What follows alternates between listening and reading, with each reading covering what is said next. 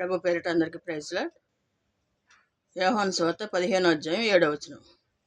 నా యందు మీరును మీ యందు నా మాటలు నిలిచి ఉన్న ఎడల మీకు ఏది ఇష్టమో అడుగుడి.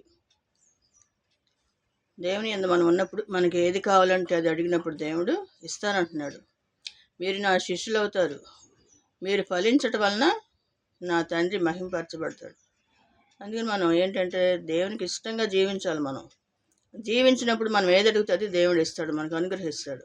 అంతేగాని ఆయనకి ఇష్టం లేకుండా ప్రభువా అది కావాలి, ప్రభువా ఇది కావాలంటే ఎలా ఇస్తాడు? మొదట మనం ఆయన మాట వినాలి, ఆయన ఆజ్ఞలు కట్టడాలన్నీ నేర్చుకోవాలి. ఆయనకి లోబడినప్పుడు మనకి ఏది కావాలంటే ఇస్తాడు ఆయన. మనం అడగక మునిపే ఆయనకి తెలుసు అన్నీ. తెల్లారు లేచిన కాడి నుంచి మనకి ఏది అవసరమో అన్నీ కూడా ఆయనకి తెలుసు. మనం అడగక్కర్లేదు అసలు.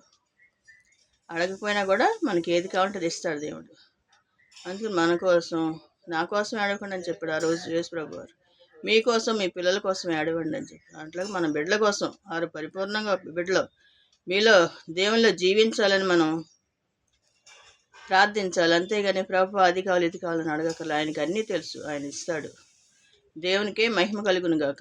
దేవుని కృప మీ అందరికీ తోడుగా ఉండును గాక. ఆమేన్.